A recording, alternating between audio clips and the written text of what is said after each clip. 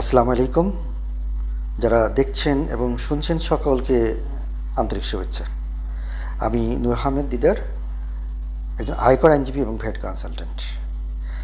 আপনারা জানেন আমি সবসময় যে ভিডিওগুলো করে থাকি সেগুলো হচ্ছে ইনকাম ট্যাক্স এবং ভ্যাটের উপরে, বিশেষ করে এই অ্যাওয়ারনেসমূলক যারা স্টেক হোল্ডার আছে তারা যেন একটু সচেতন হতে পারে এবং বিশেষ করে নলেজ শেয়ারিং।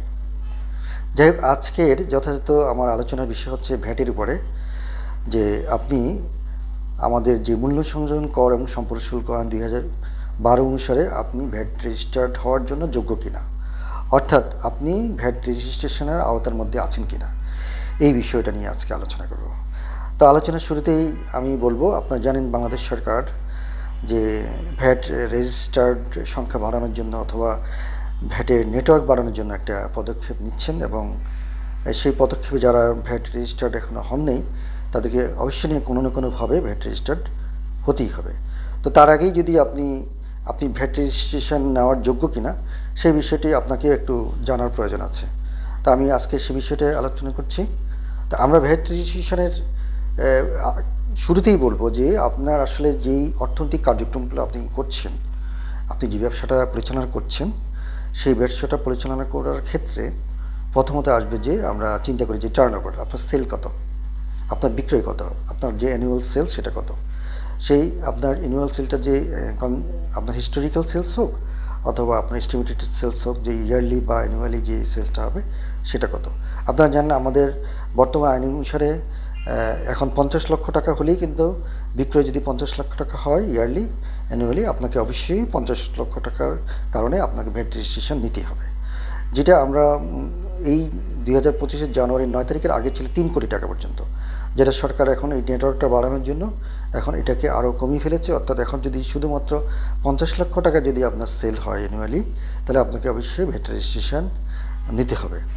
দ্বিতীয়ত হচ্ছে, আপনি যদি অর্থনৈতিক কার্যক্রম যে প্রোডাক্টটা আপনি বিক্রি করছেন বা সেবাটা আপনি বিক্রি করছেন, সেটা যদি সেই পণ্য বা সেবার উপর যদি আপনার কোনো সাপ্লিমেন্টারি ডিউটি প্রযোজ্য থাকে, তাহলে অবশ্যই আপনাকে ভ্যাট রেজিস্ট্রেশন নিতে হবে। হোয়াট এভার ইউর সেলস, অর্থাৎ সেলস আপনার 50 লাখ টাকা হোক আর নাই হোক, কিন্তু আপনাকে অনলি ফর সাপ্লিমেন্টারি ডিউটি প্রযোজ্য আছে বলেই আপনাকে ভ্যাট রেজিস্ট্রেশন নিতে হবে। আর সাপ্লিমেন্টারি ডিউটি কেন হয় আপনারা জানেন, এই ডিউটি হচ্ছে একটা স্পেশাল ডিউটি। সরকার যদি কোনো মৌলিক কোনো পণ্য যদি মনে না করেন এবং সেই ধরনের অর্থাৎ বিলাসদ্রব্য বা নিত্য প্রয়োজনীয় নয়, সেই জিনিসটা যদি মাথায় রেখে সরকার হয়তো কিছু বাড়তি ডিউটি আদায় করতে চাইবে, সেটা হচ্ছে যে সাপ্লিমেন্টারি ডিউটি। এটা যদি প্রযোজ্য কোনো পণ্য হয় তাহলে অবশ্যই আপনাকে ভ্যাট রেজিস্ট্রেশন নিতে হবে। নাম্বার 3, অর্থাৎ ফার্স্ট হচ্ছে সেল, সেকেন্ড হচ্ছে সাপ্লিমেন্টারি ডিউটি, তৃতীয়ত হচ্ছে যদি আপনি কোনো টেন্ডারে অংশগ্রহণ করেন। আপনারা জানেন যদি আপনি সরকারি, বেসরকারি, স্বায়ত্তশাসিত কিংবা কোনো কোম্পানিতে যদি আপনি কোনো টেন্ডার ড্রপ করেন অথবা সেই টেন্ডার এগেনস্টে যদি আপনি কোনো ওয়ার্ক অর্ডার পেয়ে থাকেন, সেই ওয়ার্ক অর্ডার এই ধরনের যে কার্যক্রম অর্থাৎ কন্ট্রাক্টর হিসেবে যদি আপনি কার্যক্রমগুলো করেন, তাহলে অবশ্যই আপনাকে ভ্যাট রেজিস্ট্রেশন নিতেই হবে।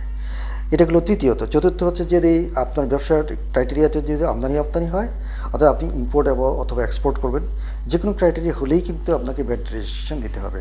হোয়াট এভার ইউর সেলস বা অন্য কন্ডিশন যাই থাকুক, আপনার এই কারণে আপনাকে ভ্যাট রেজিস্ট্রেশন নিতে হবে। বিদেশি কোনো প্রতিষ্ঠান, চতুর্থ, বিদেশি কোনো প্রতিষ্ঠান যদি আপনি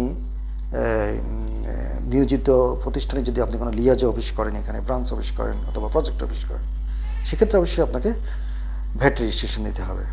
অর্থাৎ আমরা এখানে যেই আলোচনাগুলি করছি সেটা হচ্ছে যে এগুলো হচ্ছে যে প্রথম অর্থনৈতিক কার্যক্রমগুলো কীরকম হবে, যে আপনার এই ক্ষেত্রে ভ্যাট রেজিস্ট্রেশন লাগবেই।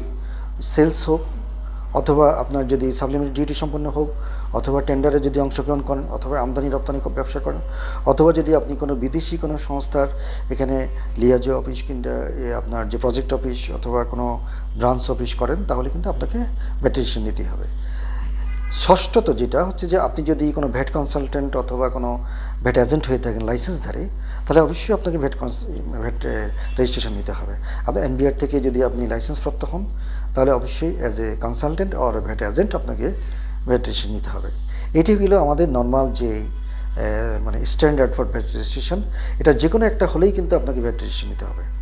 তাছাড়াও আমরা জানেন যে আমাদের 2019 সালের যে 2012 সালের একটা 2019 সালে একটা সাধারণ আদেশ দিয়ে আমাদের এই 6টার যে কার্যক্রমের বাইরেও আমাদের কিছু কিছু পণ্য, কিছু কিছু সেবা, কিছু কিছু অবস্থান, এই 3টা টেবিলের ভিত্তিতে আমাদেরকে ভ্যাট রেজিস্ট্রেশনের আওতায় নিয়ে আসা হয়েছে। অর্থাৎ আপনি যদি সাধারণ আদেশ নম্বর 17/2019 যেই মানে সাধারণ আদেশটা দেখবেন, সেখানে কিন্তু টেবিল 1, টেবিল 2, টেবিল 3 তিনটাতে মানে এই জিনিসটা বলা আছে। অর্থাৎ এগুলো ছাড়াও আপনার এই ক্রাইটেরিয়াতে সেগুলো পড়লে আপনাকে ভ্যাট রেজিস্ট্রেশন নিতে হবে। আসি যে সাধারণ আদেশ 17/2019 টেবিলে 1-এ যে পণ্যগুলো বলা আছে, আমি একটা উদাহরণ হিসেবে বললাম। এখানে অনেকগুলো চার্ট আছে, আপনারা হয়তো বা what is the your product, এটা আপনার যখন এই 2019-এর 17 নম্বর সাধারণ আদেশটা দেখবেন, সেখানে লেখা আছে। যেমন উৎপাদনের ক্ষেত্রে মশার কয়েল হোক, কাঠের পণ্য হোক, সকল প্রকার ইট, আচার, সস ইত্যাদি যদি আপনি উৎপাদন করেন, তো সেগুলো উপরের পরের যে পূর্বের যে 6টা আলোচনা করলাম এর নির্বিশেষে আপনাকে ভ্যাট রেজিস্ট্রেশন নিতে হবে, বিকজ অফ ইউর প্রোডাকশন, যে প্রোডাকশন করছেন সেটার পণ্যগুলোর বৈশিষ্ট্য অনুসারে। এখানে একটা চার্ট আছে, আপনি টেবিল 1 আপনারা দেখতে পারেন। অবশ্যই টেবিল 2-তে বলা আছে সেবামূলক কিছু কাজ যদি আপনি করেন, এবং এই ধরনের কাজগুলো যদি করেন, এখানেও অনেক লম্বা চার্ট আছে। আমি উদাহরণ হিসেবে বললাম, যেমন একটা বিউটি পার্লার করলেন, অথবা একটা মিষ্টান্ন ভাণ্ডার আপনার শোরুম আছে, একটা কোচিং সেন্টার করলেন, যারা অনলাইনে পণ্য বিক্রয় করেন, এই ধরনের যারা ব্যবসাগুলো করেন, সেবা দেন, তাহলে এদেরকেও কিন্তু ভ্যাট রেজিস্ট্রেশন নিতেই হবে, অন্য কোনো ক্রাইটেরিয়া না ফুল হলেও।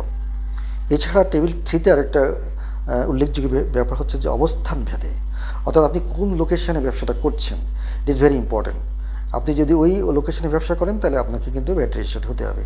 সেই ধরনের আপনি একটা জেলা শহরে ব্যবসা করছেন, হয়তো সিটি কর্পোরেশন এলাকায় ব্যবসা করছেন, সেখানে যদি আপনি কোনো ব্যবসা করেন, তাহলে অবশ্যই আপনাকে এই ব্যবসার, ওই ধরনের ব্যবসাগুলো যদি এই এলাকায় যদি এই ধরনের ব্যবসা করেন, সেই ধরনের আপনি একটা স্যানিটারি ওয়্যারের ব্যবসা করলেন ওই এলাকায়, সিমেন্টের ব্যবসা করলেন, অ্যালুমিনিয়াম ফিটিংসের ব্যবসা করলেন, তারপরে টাইলসের ব্যবসা করলেন, এই ধরনের যদি ব্যবসাগুলো আপনারা করে থাকেন ইত্যাদি ইত্যাদি, তাহলে কিন্তু আপনাকে কী করতে হবে, ভ্যাট রেজিস্ট্রেশন নিতেই হবে, because of your location situation, অর্থাৎ ইউ আর ইন দ্য